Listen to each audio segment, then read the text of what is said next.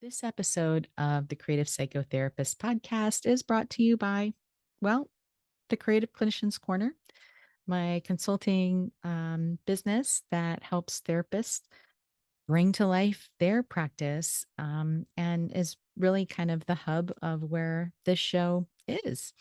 And I just wanted to let you know that we're going to be opening up opportunities to participate in the 6-month mastermind group.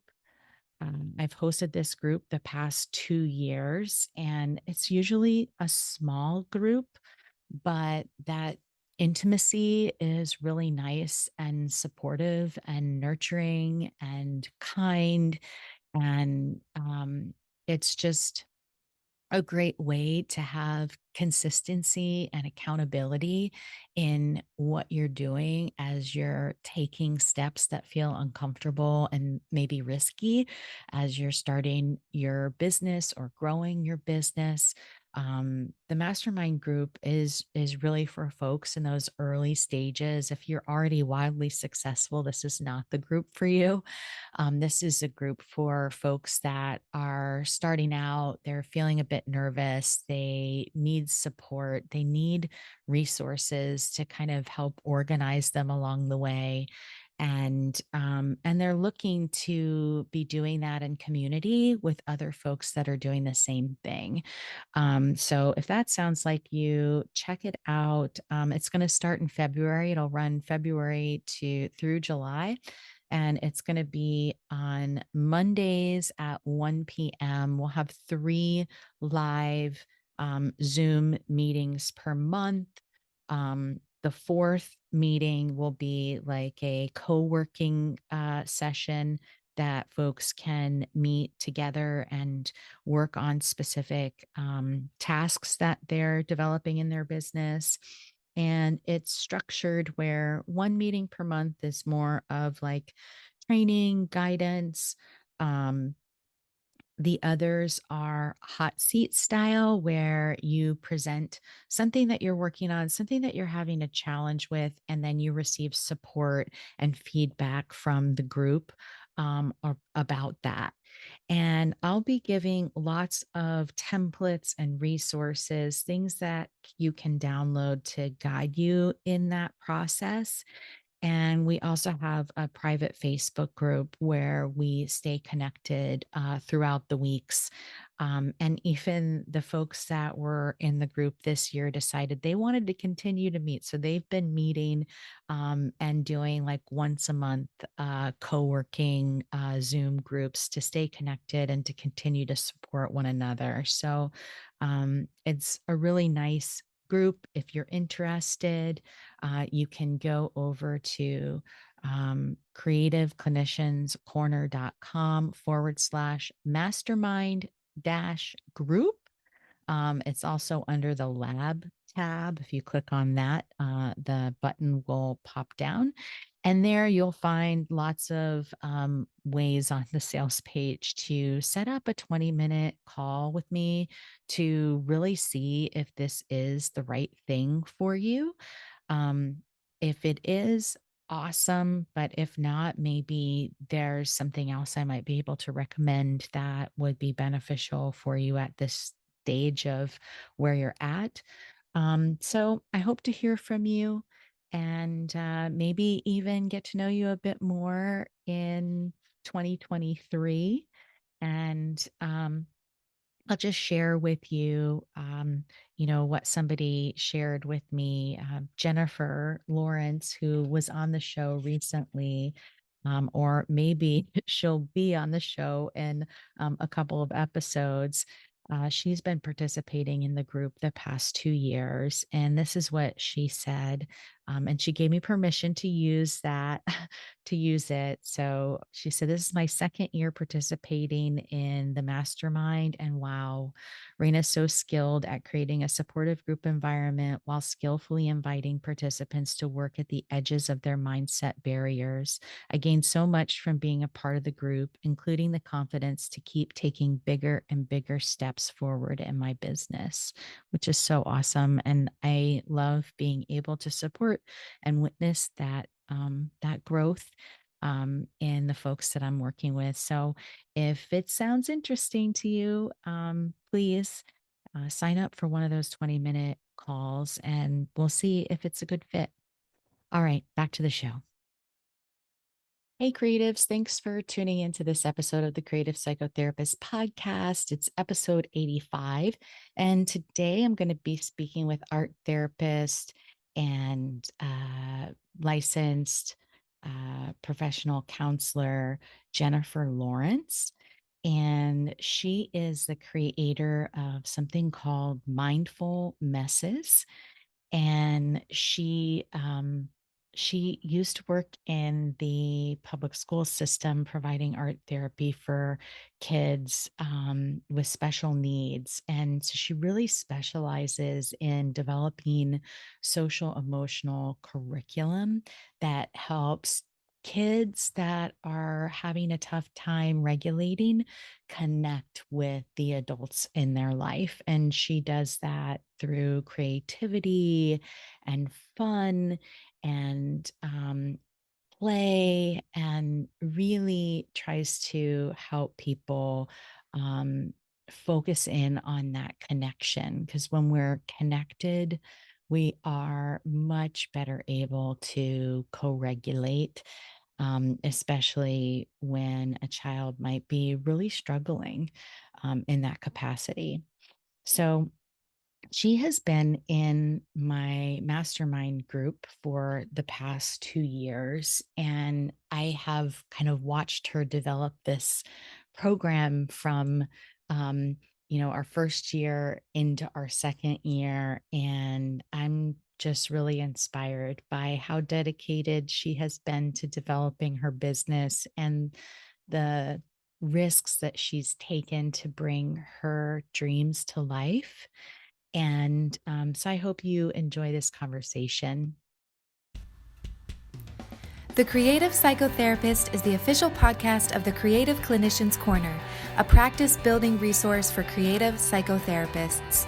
TCP Podcast is the cast for creative, expressive, and experiential focused psychotherapists curious to learn how to design, build, and scale a thriving private practice. Your host, Raina Lombardi, interviews successful therapists about the tools and strategies they have used to develop creative, focused practices. They also talk about the products, services, and side hustles they have developed using their knowledge and creativity to enhance their therapy practices, make a greater impact in their communities, and diversify their income streams. Welcome. Now here's your host, Raina Lombardi. Thanks for listening to the Creative Psychotherapist Podcast. I'm your host, Raina Lombardi, and I am super duper duper excited to welcome my next guest. Her name is Jennifer Lawrence. She is a licensed professional art therapist and counselor. She also holds general and special education teacher credentials and has worked with children and adults of every age. Jennifer is the creator of Mindful Messes, an art based social emotional learning curriculum that helps kids and their grown-ups connect through mindfulness, playful movement, and invitations to create. Her latest offering, Break Free from Power Struggles, is an online program for parents who want to ditch the perfect parent fantasy, understand their child's behaviors, and nurture more joyful connections. Jennifer lives in New Jersey, where she not only has an in person art therapy practice, but also spends as much time as possible enjoying the parks and the beaches with her kiddo and her husband. Welcome, Jennifer. Thanks so much for being here. Thanks for having me.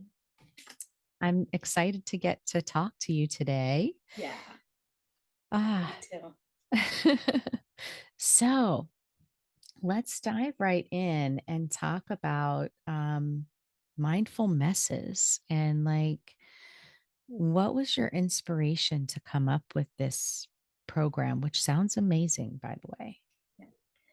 Well, I've always been interested in kind of the intersection of art and movement and how that supports kids and their grown-ups. And also, how do we get grown-ups and kids to just kind of be in the same space and having like an interaction with each other that feels supportive. And so I had a school district contact me last year looking for some programming for their families going back after COVID, being everybody being out of school at home. So they were really trying to be proactive in creating some programming. And so this was the emergence of that. But I think it's been over a decade of experience of knowing what kind of works with families and whatnot. And this gave me the perfect opportunity to put it together as a curriculum and take families through a process Mhm. and support them in being ready to be back in school and connecting and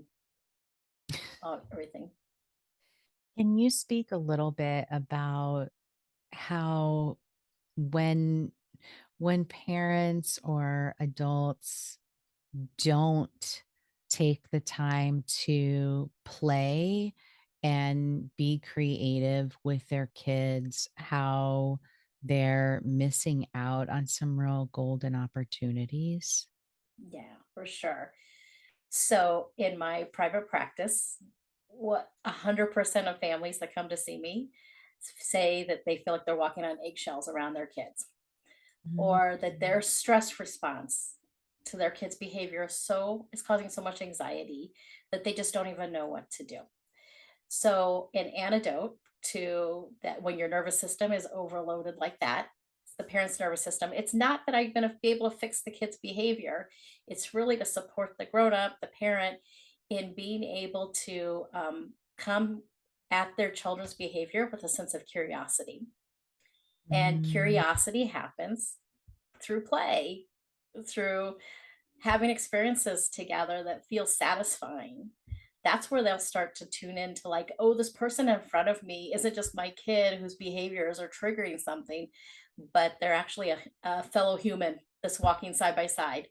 And we have a lot in common. And I really care about their well being as much as I care about my well being. And I think that art is a perfect place to play around with those ideas. yeah, most definitely. I think that that is a real common theme for parents that have um, kids that have different like neurodevelopmental things going on for Mhm, them where their nervous system might get really easily dysregulated. And then the parents, if they're not in command of their own nervous system, mhm, they attune to where their child's at, and then for sure. everybody's on the floor having a tantrum. Right. Yeah, for sure.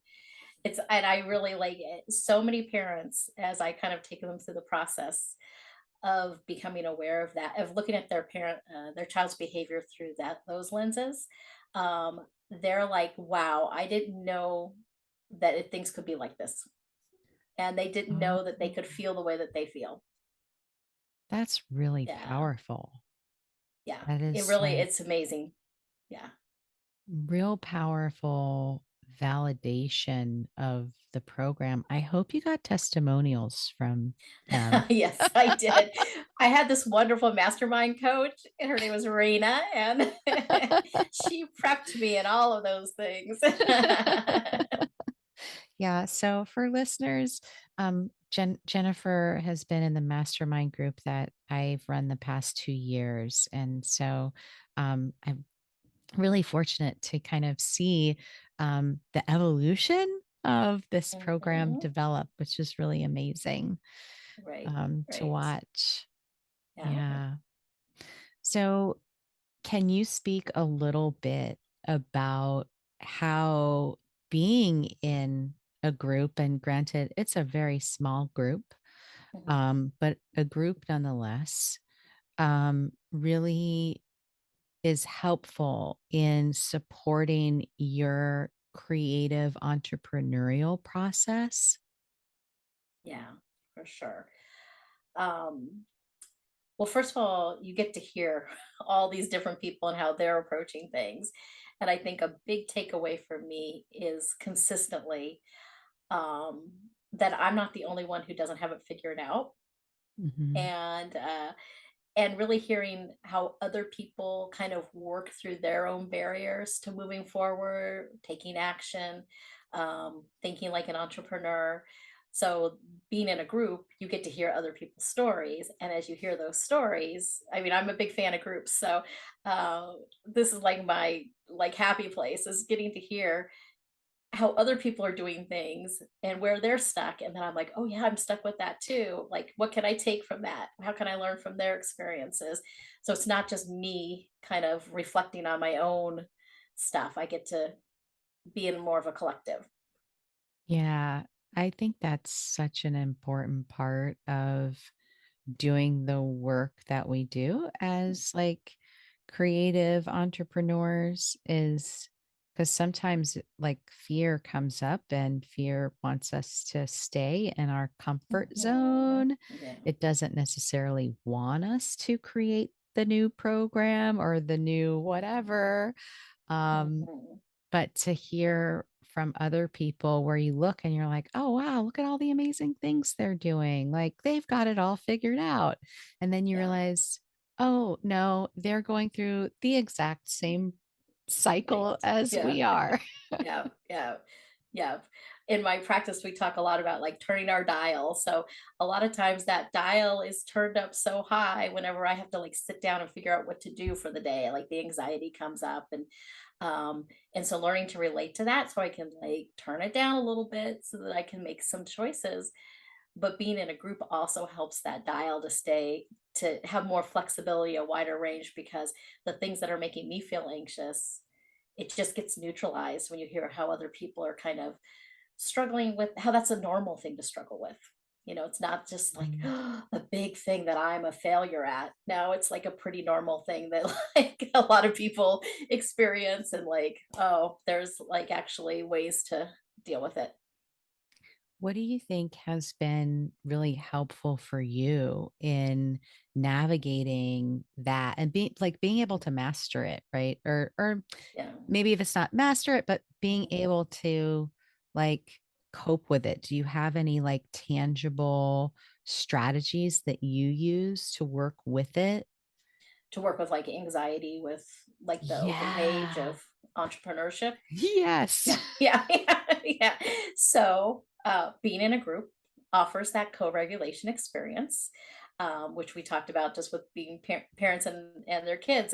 It's a similar experience of like we're all there, kind of regulating each other. So that would be the first tip, is to like connect with other people who feel safe and who are also committed to doing the process, who are willing to like say like, this is a hard part, not just like, oh, I did these things and they were amazing, but like talk about what's hard also. And I think the second thing is to know that there's not one way to do things. There's so many different ways, and like we're creatives, right? So like that's fantastic. We get to look at things from so many different angles, and the trick is to rein that in and not get so off on the 5,000 tangents and think that they're all going to be the idea. But like, allow ourselves to play, allow ourselves to be curious, like I was talking about before. And definitely the group helps with that kind of curious attitude, and the coaching and the mentorship. But then, like, how do you take that curiosity then and turn it into action? And the only thing that I have found is to continue to just take it one day at a time. And I have to be really diligent about practices that I do each day that keep me in forward momentum. Mm, I love that part. That really speaks to me that having practices that you're doing each day, keeping up with them. Obviously, we're all human. Like at some point, our routines get out of whack because of life and different Hmm. stuff that's going on. But like, even if we can't do it every day, like as often as possible to continue moving ahead. Are Yeah. are there any practices that you really like embrace and try to make part of your daily routine that help you? For sure. I definitely believe in using a calendar or some kind of system for, I'm a pen and paper person, but writing down what I'm going to do each day. And I have found that I love the Cal Newport podcast, and he has a lot of good ideas about productivity. But it doesn't even have to be about productivity. It's more about like these practices of every day writing down what I'm going to do and kind of having a way that I close out at the end of the day. I find that that makes a huge difference if I can say, okay, I'm done, because I actually need to, especially when you work for yourself, sometimes that end point is hard to reach. And so, um, and if you're an idea, I find as an idea person, if I don't say, this is where I'm stopping with this idea right now, and then having a plan for the following day. And I don't spend a lot of time on this. I really keep it to a couple of minutes, plan in the beginning, plan, and weekly planning has helped too. So, like part of my closeout routine on Fridays, because I try not to work too much over the weekend, um, unless I want to, unless I have creative ideas that I want to play around with. But that feels like fun for me.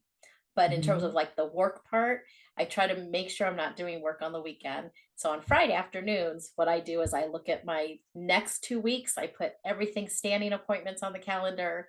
I decide when I'm going to work on content, because that's a big part of what I offer right now is content. Um, I figure out where I need to attend to family stuff, where I'm going to be commuting, and I just map it all out and have that for 2 weeks ahead of time. And then I make a list of I pick one priority for the week, and I make a list of basically how I want to approach that.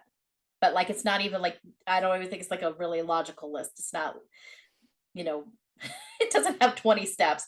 It just kind of, I jot down some ideas.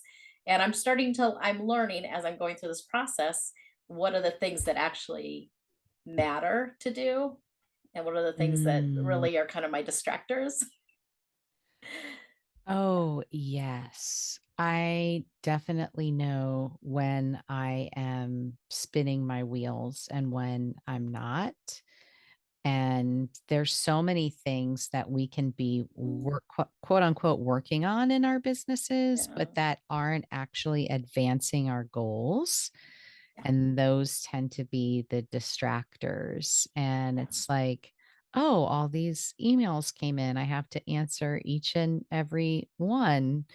Um, Hmm. but Yep. really, I could have take a more wise mind approach to that and block out the times that I'm going to be responding to emails, that I don't have to like be toggling back and forth between that task all day. But that's Sure. definitely a distractor for me because well, I know I can do that really quick.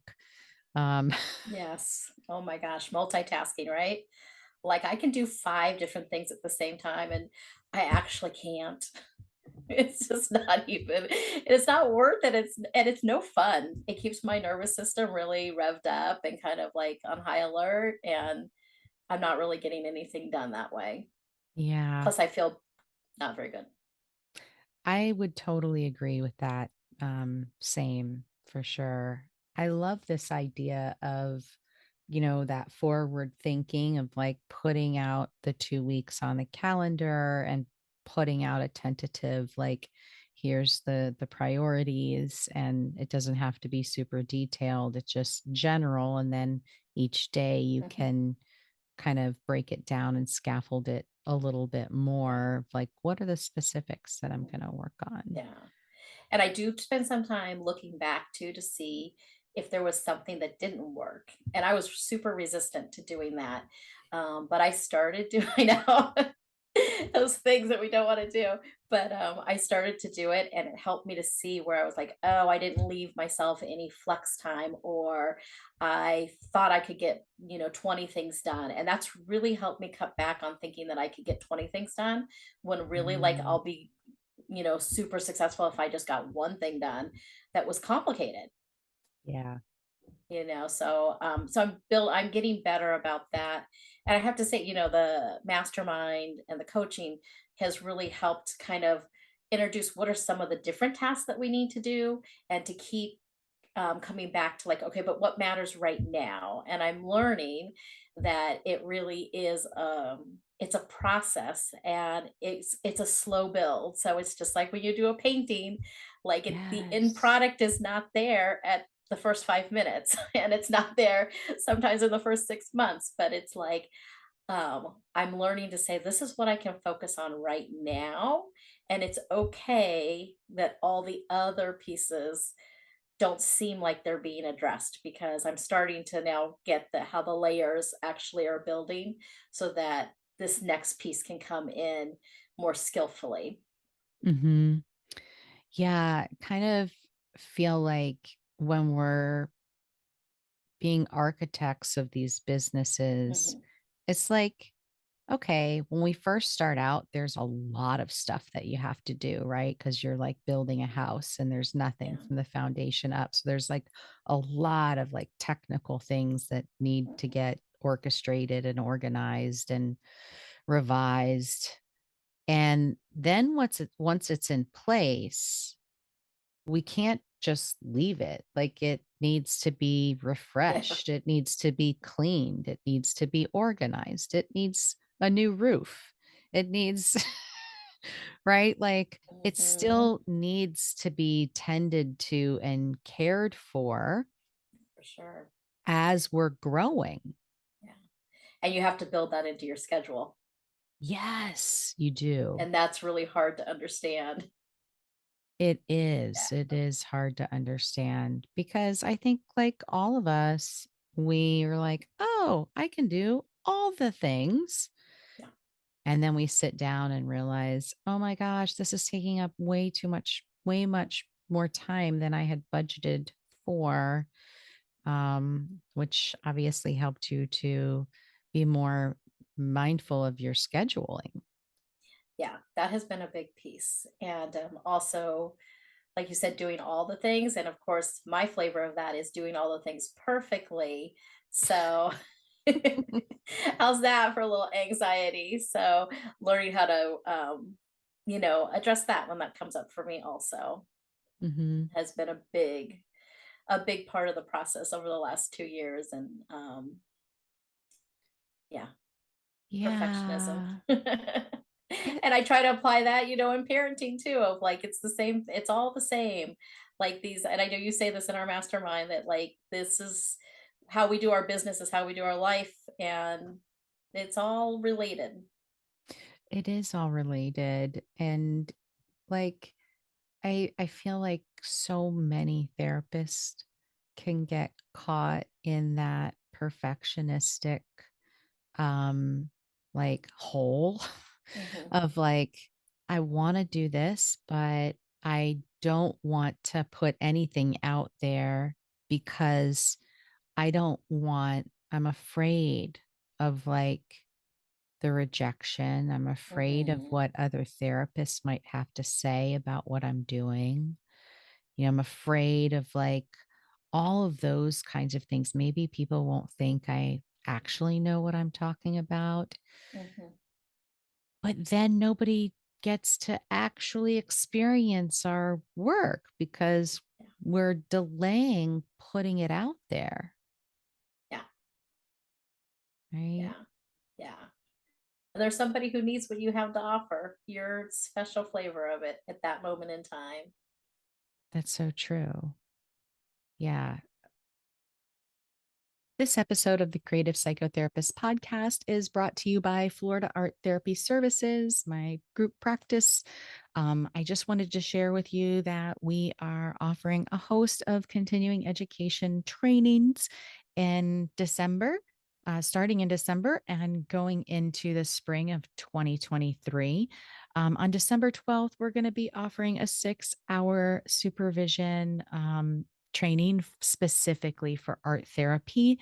I know for folks that happen to hold the ATRBC, the ATCB issued like a new requirement where we're all responsible for having 6 hours of art therapy supervision CEs for our recertification periods.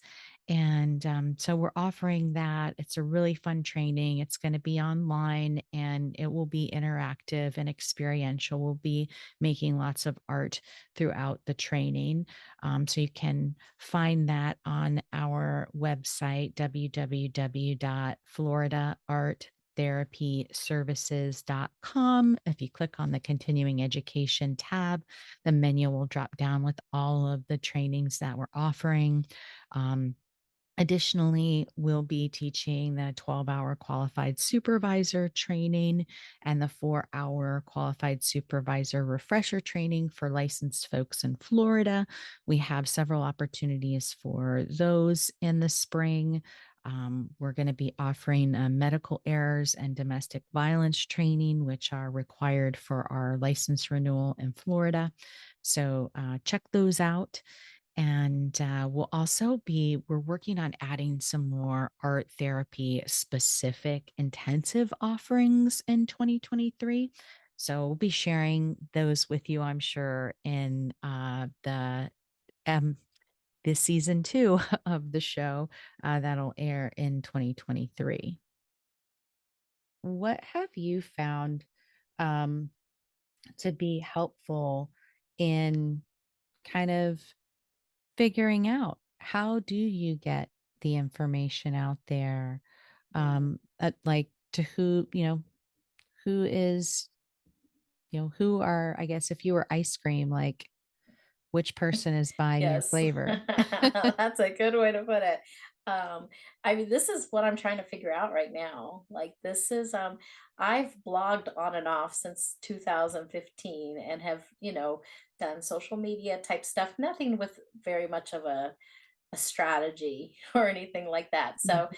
now I'm trying to move into more strategic thinking about all of this. And this quarter, I'm really focusing on taking a step back with improving my SEO and Mm. through really like I'm making space in my calendar to really focus on content creation that is around very specific topics that relate to the services that I offer and optimizing my website and how people can access that. I think um, in the past, my approach was like, I'll just go on social media and it's easy, it's quick, and it's low risk. It doesn't take much strategy, although I know there's some great strategies for that, but you can kind of like it's very reactive. Mhm. And it's taken a lot for me to figure out, like, okay, just to step back and all the social media should be coming from really SEO rich content that's on my website and not make it like all I can fit in because I'm so overloaded that all I can fit in is like doing this really quick social media post. But no, actually, it's okay to take 3 weeks to work on a blog post and get it solid and then have your social media come from there. And we'll Mhm. see. I mean, this is what I'm trying this quarter. I'm hoping by January I'll have a good sense of where that takes me. Um, Yeah, yeah.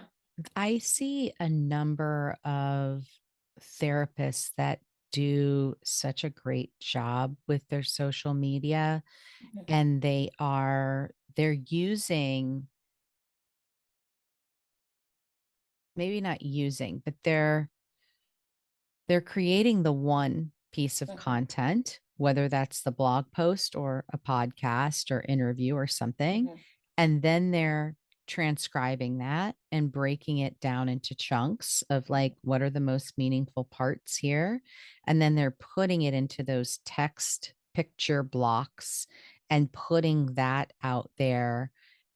But you can create a whole ton right. of social media from your one blog post that you just spent a few weeks really doing a good Yeah. job writing, but you could probably have, a couple of weeks worth of social media posts that link back to that Sure. particular Yeah. blog Right. without having to recreate the wheel, so to speak. Right. Right. I think for me, social media it's very reactive and it takes a lot of time. So if I'm doing that, then the cost is I'm not creating like foundational content. And the Mm-hmm. foundational content is what I think ultimately people will find the most useful once I get it in front of them. And that's, something that's a process that I'm engaging in right now, is figuring those pieces out of like, how do you get that in front of people in a way that they can access it? And it's really, it's just a process. There's not a, Mm-hmm. I don't think there's there's probably some people who are, amazing at this from the get go, but I don't have a marketing degree. I'm not a trained entertainer or anything like that. So I enjoy writing, but that's a skill set that can always be improved. So I'm going to see if this is something that ends up being a stronger foundation that I can offer, rather than just being on this hamster wheel of creating entertainment content that goes on social media. Yeah, I I definitely can relate to like feeling like, oh, this takes way too much time. And if I'm focused on the social media, I can't focus on things that are actually going to make that social media meaningful. Right. Um, I stopped handling my social media a long time ago because I don't have the time for it either. I used to love doing it Mhm. and managing it, but it's too much. There's certain things that eventually you have to say, okay, I have to let it go. And even if like it's it's not what it could be right now, that's the process, right? Yeah, yeah. And it might circle back around, or Yeah. you look at your numbers, and you figure out what's working to get your content in front of people, the people who need it see it right now. Yeah, definitely. Yeah. So tell me a little bit about how you structured the Break Free from Power Struggles program and Yeah. how that all comes together. Yeah, I'm so excited about this program. I have a beta tester going through it right now, and it's just like, oh, it's so juicy, and I like feel so excited about it. But I say I have a beta tester going through it. This is based on me working with parents for years and taking them through a process in my uh, counseling practice, and in other settings that I've worked in. And like I said, parents come in, they're to see me, they're overloaded. They definitely believe that the issue is their child's behavior. Although most of the parents who come to see me are very, willing to be self-reflective and say, I probably could do things better. And I just want everybody to be able to take a deep breath and just Yes. take a step back from that, because we know that behaviors communicate a need. Hmm. Your child's doing the best that they can. Their behaviors are telling us something, and they're doing what they feel, what their body feels like it needs to do in that moment. Hmm. Parents don't need to parent any harder. And believe me, I have personal experience trying to be a hard to parent harder. So I know this story well, and I have to practice around it every single day as a parent. I don't have any solutions for like any strategies for like, this is how you parent, and it'll Hmm. be fabulous, and your kid will do whatever you want. Um, but what I keep hearing over, Do those really I know, exist?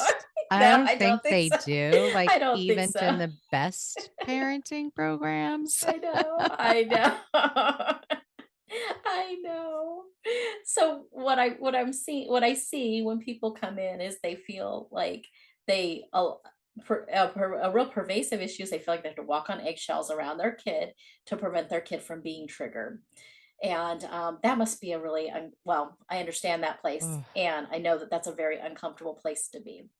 Hmm. And what I know is the only way to get out of that is for the parent to first develop some strategies for managing their own nervous system, so that they can then meet their kid in a more of a co-regulation experience, and be curious about their kid's behavior, and then start to make some decisions about what their kid needs in that moment. And I've got a whole part of the program is we have this behavior matrix. I tell them, welcome to the matrix. And we've got a behavior matrix where we really break it down as to like the behavior. But I find that as parents can't break down behaviors until they really feel heard themselves. And it takes a Mm, little bit of kind of vulnerability to dive into like, what are the parts of you that feel unheard? What are the parts of you that feel overwhelmed when there's a lot of noise? What's the, what's going on for you? And it's so the program is a 12-week program that really kind of invites the parent in to this experience of treating themselves with kindness and compassion, having compassion for how hard parenting is, and then giving them some information to like look at their child's behavior in maybe a different way than they had before. And what do you do then? Like your kid will mhm. not put their shoes on for school. Like what do I do as a professional to kind of break that behavior down so that we can start to move forward, because it's, it's very reasonable to have expectations that are age appropriate for your kid. Sometimes parents have expectations that are not age appropriate for their kids, so that's what we look at is that, does your kid developmentally, are they able to do what you're asking them to do in the completion of what you're asking them to do they need more time, do they need structured autonomy, do they need scaffolding?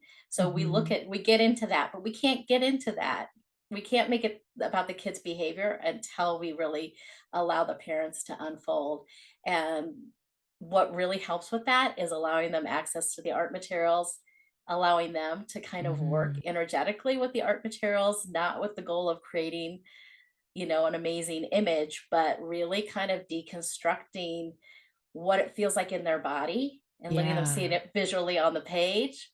And then they're like, oh, that's what's going on. And then all of a sudden their wounded parts come forward and their wounded parts say like, I really want to be heard right now. And it's really Yes. it's an amazing, beautiful process when parents are willing to allow their wounds to be held safely Mhm. by me as as the therapist or as the coach.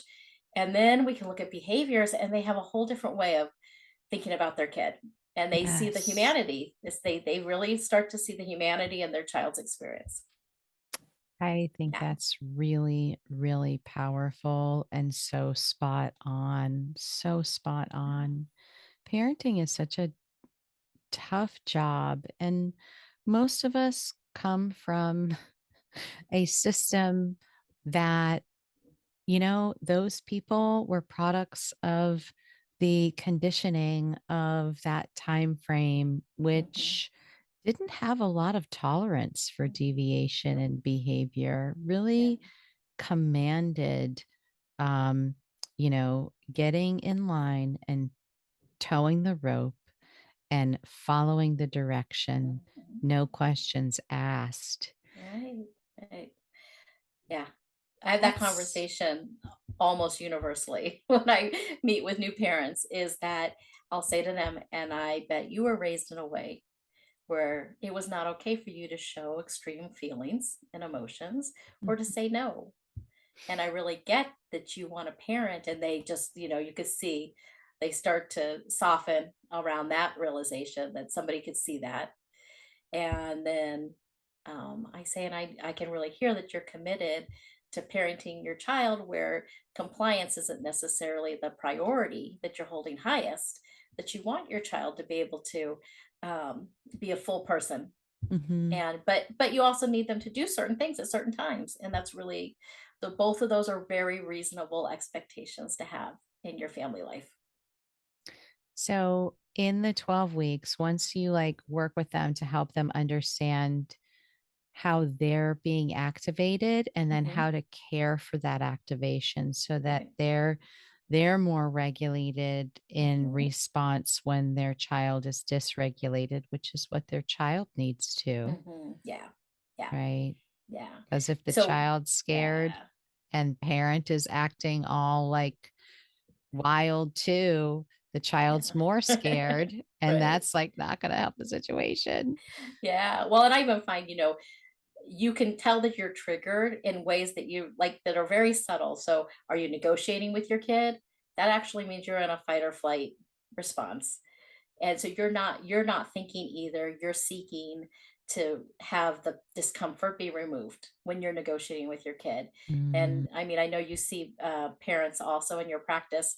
How many of them are stuck in that negotiating consequences, rewards kind of situation? A negotiation is a fight or flight response. mhm, So you're not there connecting with your kid. And, right. and when I say connection, your nervous systems aren't in line in a way where you can support what your child actually needs in that moment. It doesn't mean that you're like soft and gentle and that you have to be, like everything is peaceful. Your child can be Right. in a lot of distress, but you can't negotiate them out of it because your negotiation is just you trying to get your child's behavior to stop causing you discomfort.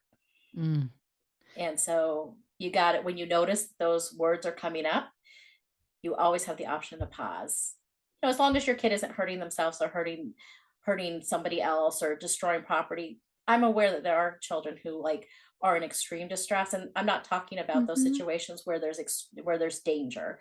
What I'm right. talking about is when a child is having a big expression of an emotion, a discomfort, even screaming and yelling, Mhm. saying that they hate you, Oh, yeah. those kinds of things. Like those things aren't, while they might hurt your insides, they're not really hurting anybody, and you can address that.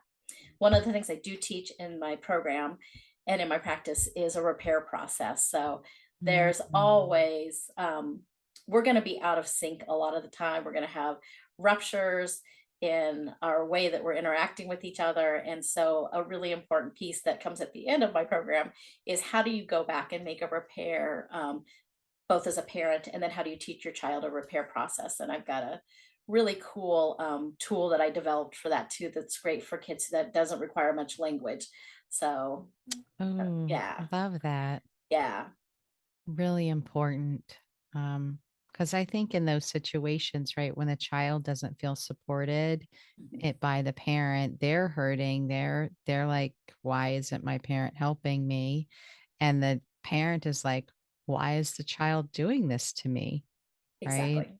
How many parents have you heard say that? Why are they doing this to me? Yes, a Yeah, lot. yeah, yeah. As a parent, I can relate to that. I'm like, I don't understand. I've made your life really good. Like, I cannot believe that Mhm, you're screaming at mhm. me that I won't give you an iPad. Like, come Right, on, you right. know.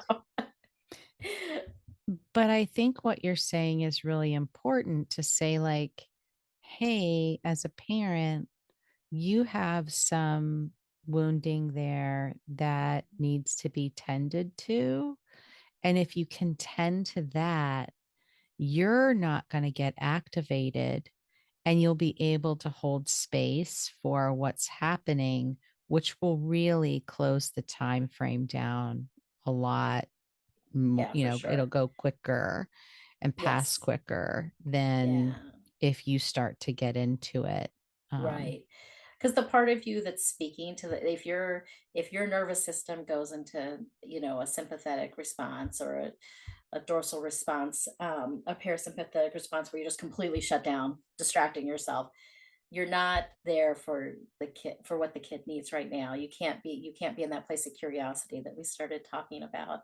And I really think the practice isn't about not getting triggered. It's really more about noticing, and mhm, it's a subtle practice because it happens in our body before our brains can pay attention to it. So mhm. it really takes a willingness to Yes. be in touch with our physical sensations and Mhm. to notice what it feels like when I'm yelling. That's a signal to me. So, how do I get myself out of that so that then I can address my child's behavior? Because as long as I'm yelling, that for me is a sympathetic nervous system response, and it's not getting me anywhere. Or it Yeah. actually, I think a lot of times the yelling, I talk with a lot of moms where I'll say, do you feel like you're just saying the same things over and over and yelling, but you feel really immobilized? And they're like, yes, that's a really common state. And that's like that's a complete shutdown. Your nervous system has gone to sleep and is like, I'm in, but it's like that yelling is you're trying to get yourself mobilized because you're trying to get, if they can move, then I can move again. Right. And a lot of moms I talk to relate to that feeling of feeling like just immobilized, but they're like, ah, making all, saying, put your shoes on. Yeah. Yeah. No, that makes so much sense too. Yeah. And I think that happens like at first, maybe the yelling worked and there was a Yeah. response to it. And so they go back to it, even though in the long run, it's not really effective and everybody's really unhappy with that dynamic. Um, Yeah. Yeah. well, the And most people program, don't like it. Most people don't want to yell. It doesn't feel really good, no, you know. no, especially that your child, people, I don't think people want to yell at their child at all. No. Yeah. Um, the program sounds amazing. And my understanding is that you're offering that online. Yes. Yeah. So if people were interested Mhm. in, I mean, maybe listeners could use help themselves, or maybe they have clients in their practices that Yeah, for sure. could, work with you. Where can they find more information about this program, but the other things that you're doing too? Right. I'm going to give you two places. The first one is my website, and it's simply jenniferlawrencearttherapy.com. And I always forget to put two T's between art and therapy. So when you type that in, if you're typing two S, but jenniferlawrencearttherapy.com. If you go to /parents, that's going to give you the rundown of the Break Free from Power Struggles program. And it's a 12-week program. There's a workbook component. There's an online open studio for all the participants to come together and make art, like about once a monthish. There's the coaching, like 6 individual coaching sessions. There's freebies, like different tools that I made up, like that making repairs sheet that I've made up. So there's a whole bunch of components that go into that. The second place, if they want to get a taste of kind of the things that I'm doing, is I have a workbook that is kind of the top three or the beginning 3 steps when your kid Mm. is struggling. Mm. And I when you meet parents in a counseling practice, you find yourself saying the same things over and over again. So this is kind of a breakdown of like, how do you start? And I think sometimes when your kid is like in pain and a lot of discomfort, you don't know where to start. So I tried to create this so you could like really very easily say, okay, this is where we are, and here are 3 things that I can do right now. And then I have like a little action plan worksheet that you can fill out. And that is at bit.ly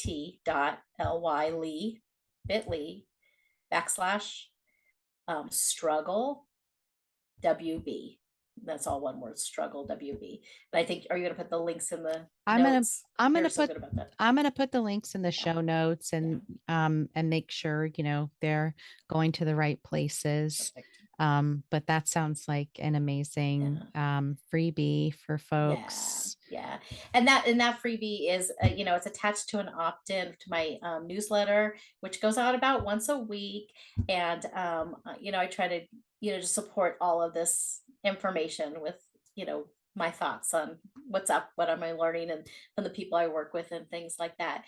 But if someone didn't want to opt into the newsletter, I don't care. They can send me a message, and I and I'll send them the workbook. I'd rather people get access to the things that they need right now. So they need the workbook, or if you're a provider and you need some resources for the families you work with, and feel free to share freely.